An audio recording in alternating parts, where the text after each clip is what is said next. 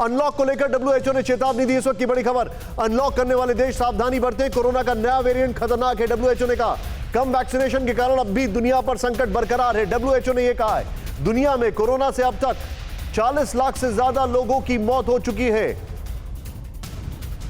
मैं सीधे आपको यह जानकारी दे रहा हूं। कुमार कुंदन को मैं शुक्रिया कहना चाहूंगा। आइए जरा यहां पर, अब बड़ा इंटरेस्टिंग है, दो ऐसी ऑर्गेनाइजेशंस, क्या बोले उनके बारे में, खैर बहरहाल कम ही बोले तो बेहतर है, लेकिन दो ऑर्गेनाइजेशंस, डब्ल्यूएचओ की चेतावनी और यूएन की चिंता, दोनों देखें आप। अनलॉक से पहले सावधानी जरूरी, दुनिया महामारी के खतरनाक मोड़ पर है, महामारी जल्द खत्म नहीं होगी, यूएन ने यह कहा है। नेक्स्ट चेंज करें, राहुल इसको जूम इन कर सकते हैं बीच बीच में।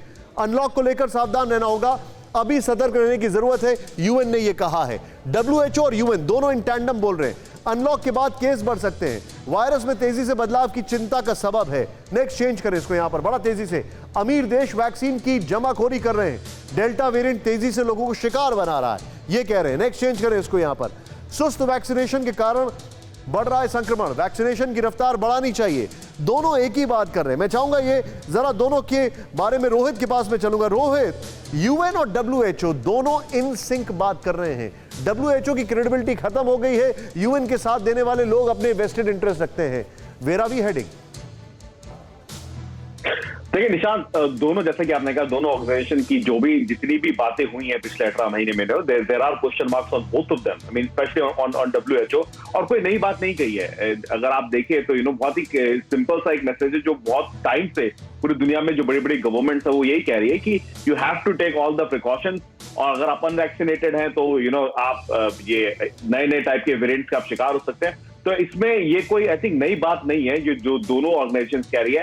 आई थिंक जो आप पहले कह रहे थे निशांत, उस पे I think we still are approaching the deadline जो बाइडेन ने सेट की थी 90 डे की, कि इन्वेस्टिगेशन की किस तरह से ये वायरस बना है, और जो लैब है वो लैब लीक थ्योरी को लेके आई थिंक जो डब्ल्यूएचओ का रोल रहा है उस पर भी बहुत सारे क्वेश्चन मार्क है। तो मुझे लगता है कि इनकी दिस इज वेरी बेसिक चीज जो डब्ल्यूएचओ कह रहा है, कोई नई बात उन्हें कही नहीं है।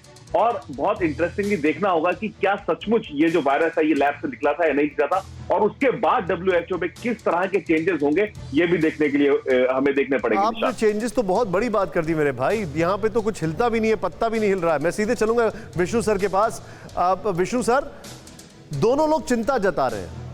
अब ये दोनों ऑर्गेनाइजेशंस चिंता जताने के लिए नहीं बनी थी, ये समाधान के लिए बनी थी, और ये दोनों ऑर्गेनाइजेशंस चिंता जता रही हैं। हमें इस बात की चिंता है कि देश में ये हालात हो रहे हैं। मैं आ रहा हूं श्याम सर आपके पास। Where should we look up to? हम किसको देखें? यूएन में भी चिंता हो रही है, डब्ल्यूएचओ को भी चिंता हो रही है, और पूरी दुनिया में चिंताएं हो रही हैं। क्या बोलेंगे सर आप इस पर? निशांत जी, मैं ये बोलूंगा कि आप बहुत ज्यादा समस्या क्रिएट करते हो ऐसे सवाल पूछ के। आप क्यों लॉजिकल और हार्ड हिटिंग क्वेश्चन पूछते हो? जब आप ये संस्थाएं और कुछ नहीं कर सकती तो चिंता जताती हैं, जब क्रेडिबिलिटी नहीं है तो चिंता जताती हैं। टेड्रोस साहब के बारे में तो सब जानते हैं, और हकीकत ये है कि बड़ी ताकतों ने यूएन को ऐसा कर दिया है कि यूएन कुछ भी डिसीजन लेने के काबिल नहीं है।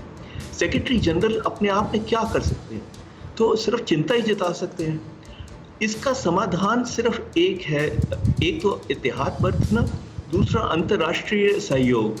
और अंतर्राष्ट्रीय सहयोग का ये हाल है कि हमारी जो कोवैक्सीन है उसको यूरोप नहीं अप्रूव कर रहा, बिग फार्मा का खेल चल रहा है। तो जितना भी मुश्किलातें हो, हालात वही हैं, बिग फार्मा वही कर रहा है, बड़ी ताकतें वही कर रही हैं, और चिंता जताने वाला विषय है, तो सब मिलकर चिंता जता रहे हैं और क्या कर रहे हैं।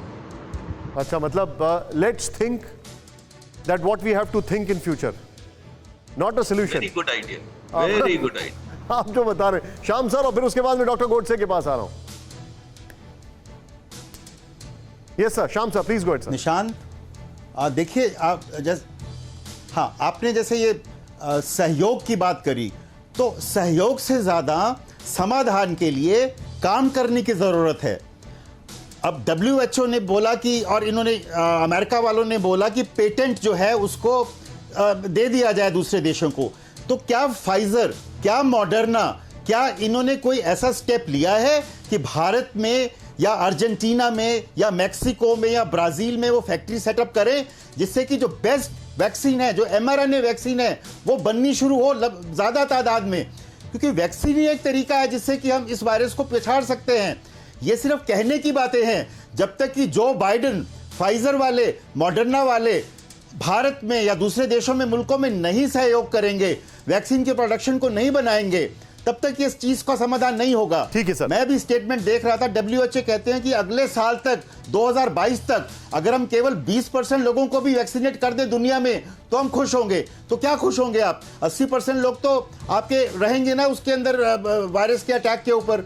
तो आपको वैक्सीन बढ़ाने के लिए, ज्यादा बनाने के लिए आगे स्टेप्स लेने चाहिए, और वो भी mRNA वैक्सीन, ना कि शायद कोवैक्सीन या ऑक्सफोर्ड की वैक्सीन। आप जो बता रहे हैं ठीक है, फाइजर का आप जिक्र कर रहे हैं, if I am not wrong, am I right sir? mRNA या Pfizer and Moderna. Point taken sir.